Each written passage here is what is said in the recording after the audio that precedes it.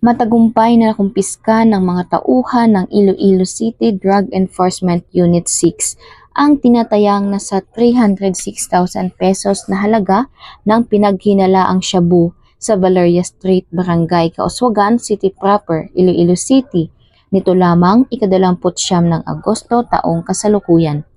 Matapos ang masusing surveillance at intelligence gathering, ikinasa ang drug buy-bust operation na nagbigay daan sa mga operatiba na maisakatuparan ang kanilang operasyon.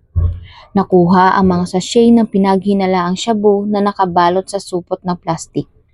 Kinilala ni Police Lieutenant Jolie Jan Bandojo, team leader ng City Drug Enforcement Unit, ang mga nahuli na sina alias Brian, 40 taong gulang, residente ng Barangay La Granja, La Paz, Iloilo City, at si alias Ronald, 37 taong gulang at residente naman ng Barangay Rizal, Lapus, Iloilo City.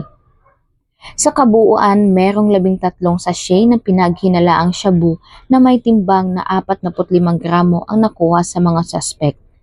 Ang mga arestado ay kasalukuyang nasa pangangalaga ng Iloilo City Police Station 1 at nakatakdang sampahan ng kasong may paglabag sa Republic Act 9165 o ang Comprehensive Dangerous Drugs Act of 2002. Ang Iloilo City PNP ay patuloy na gagawa ng mga hakbang sa pagsugpo sa problema ng droga sa syudad tungo sa isang mapayapang bagong Pilipinas.